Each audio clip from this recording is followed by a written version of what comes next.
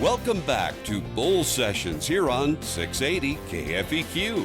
You can email your questions or comments to bull@willcross.net. Once again, here's Randy Baker and agronomist Brad Law. Welcome, all of you, back to Bull Sessions. Bradley with that very insulting list, but I want everyone to know, did you catch he said I was awesome? That will probably never be spoken out of his mouth again. Well, you know, I had to be nice to you every once in a while, Randy, and I really that's the first time. I really do like you, okay? Here it comes. I really do. You know, you could be a lot worse boss than what you are. So, you know. Bradley, all of you people are my boss. You don't understand that. I'm the lowest of the totem pole here. Well, hey, you know one thing you forgot to tell everybody about? What? If they want to come and see me in person, I will be at the Omaha Farm Show, the Triumph of Ag, giving a seminar both days at 11:45, or I think it ends at 11:45. So right before lunch, I'll be giving a seminar in the seminar rooms. Okay, so, if somebody wants to come and lay eyes on infamous Bradley. Yes, and I will be taking questions from the crowd, and I will be talking about resistant weeds. But, you know, yeah, Miles is creative. He's good. He is good. But one thing we got to do, if you have weed problems, you might want to think about a Liberty Link soybean. Yes. You know, I think this soybean here would be a great fit for your farm, Randy. Mm-hmm. You have been talking to my wife about this. Yeah, well, actually, her farm. How about this? It is hers. Her farm. It is. We're going to talk about the bean of the week with our WX 1535 NLL. That is a 3.5 Liberty Link soybean. Very good bean. Very, very good bean. We had a limited supply of it last year. Isn't that Miles good? He is. And he is good just like this bean is good. We had rave reviews from people that have planted it. Shortens up our maturity. It's the shortest Liberty Link soybean we have in our lineup currently. It has just excelled at that 3.5 maturity. It's light 20. It's a medium bush, and it just packs on those beans. It is tawny, Bradley. Tawny. Can you say that? Tawny. There you go. You got it. Now, who is this guy sitting next to you, Randy? This is Mr. Leroy Shatto. And, you know, we've been wanting to get him on for a while. He is here today. We've got Lady in Ag coming up later on. We've got Focus on the Farmer coming up. But right now, and for the rest of the show, we want to talk with Leroy. Welcome to Bull Sessions, Leroy. I don't know if that is a good thing or a bad thing in your mind, but nevertheless, you're here. I don't know. You guys get wound up in here, It's don't you? Brad and Miles. Well, what it is, I drink Pepsi and Randy drinks coffee. So, you know, you got to see which is more effective. And it's crazy place. We should have got you either one or the other or both. No, I don't think you're better. You brought milk. He drinks milk. He brought some here and put it in the break room at the studios and some curds and all of that. Everybody's been going on about how delicious it is. So, Leroy, we thank you for taking time out. I know a dairy farm is a busy thing to be involved in. So just talk to us a little bit. Tell us how you got started in all this, because it's a big deal. Yeah, it's a crazy deal, actually. Yeah. I've actually milked cows out there for going on 43 years. 43. Yeah, it's a long time. Oh, yeah. And, you know, we used to sell our milk to a dairy co-op like all dairy farmers do. And it got to be, especially the people up here in northwest Missouri knows that we lost about all of our dairy farms up here because we couldn't make any money. Right.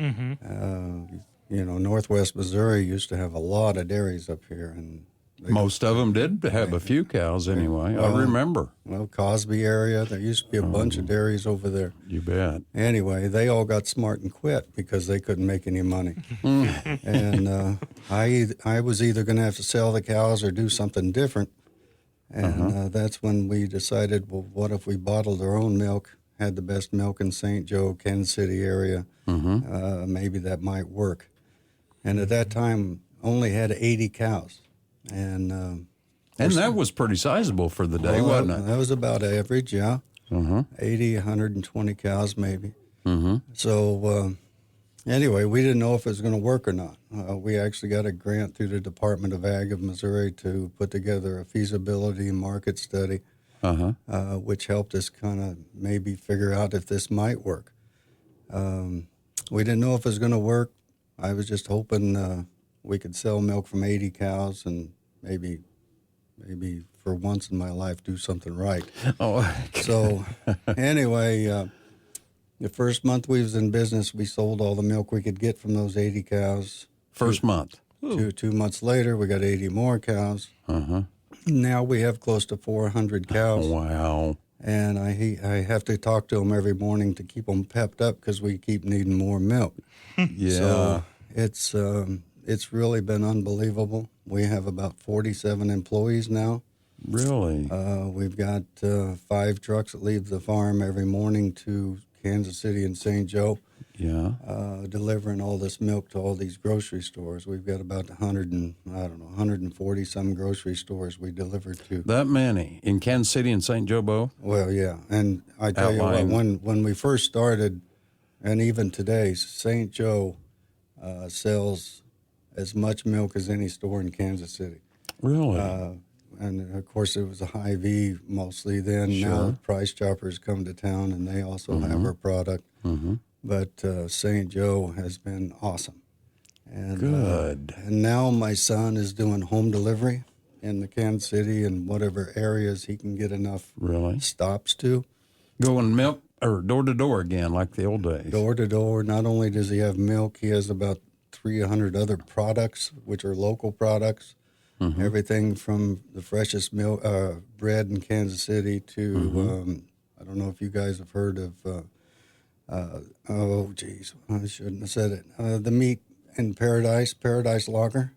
Okay. Which they have, So you sell meat off the truck also? There's meat on the truck. There's really? Even dog food. I mean, it's local dog food. Really? So it's so you're supporting the local. See, we love that here. We're always promoting the farm, the family, the local, the community. Yeah. We got eggs from Lathrop, Missouri on the truck. Really? So he takes care of all that, and thank goodness, because that's a job. What a load. So he's got, I think, 3 trucks on the road. He's got 2 more trucks ordered. They have a website where a Facebook page where people can sign up, and once he gets a big enough area that people want the product, he'll get another truck there. So it's who would ever thunk it? I mean, don't know. This whole thing. I mean, used to be I milk cows every morning, every night, every morning, every night. You got to be a little crazy to be a dairy farmer. And I never thought about this working near what it's worked. And I've never thought about being on radio stations. Or we didn't either.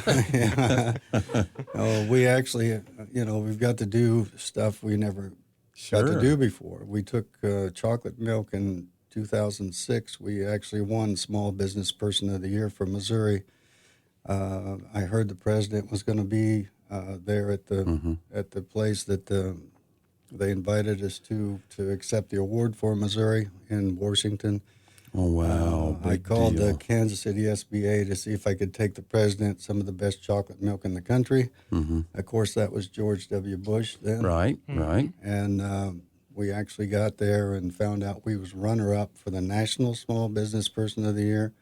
So we actually got to go in and visit with the president, got to shake his hand, got to give him the chocolate milk. Really? That we took. And, of course, I never thought he'd get to try it because I doubt if they let this guy just drink or eat anything anybody gives him. Right? Yeah. But he did tell us that him and the vice president was having lunch that day, and they would try our chocolate milk. So when we come home, we didn't know whether they did or didn't. But about 2 weeks later, I got a call from the White House. And really? I don't get too many calls from the White House. No, I bet not. But you do take them, right? Right.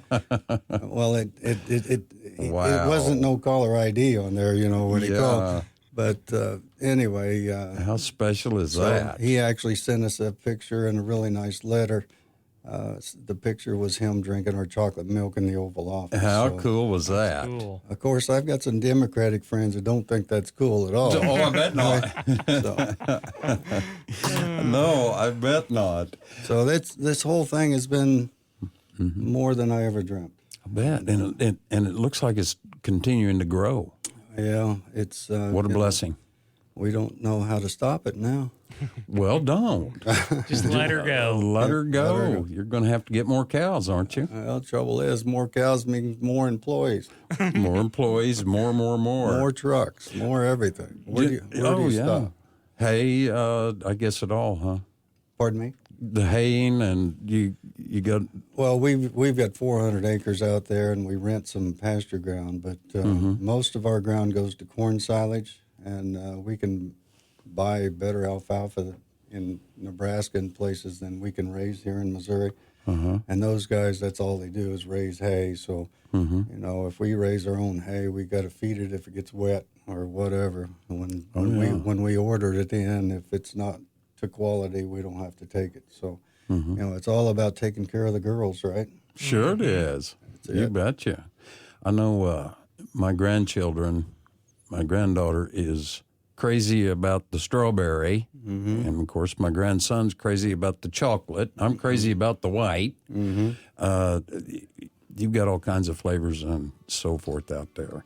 Okay, we're going to come back here in just a minute with more from Leroy. This is interesting, isn't it, Bradley? Yes, it's very interesting. We got more to come. We do. Lady and Ag coming up when we come back. Focus on the farmer on the fourth segment, so we still got a lot of ground to cover. So all of you listen up when we come back to Bull Sessions on 680 KFEQ.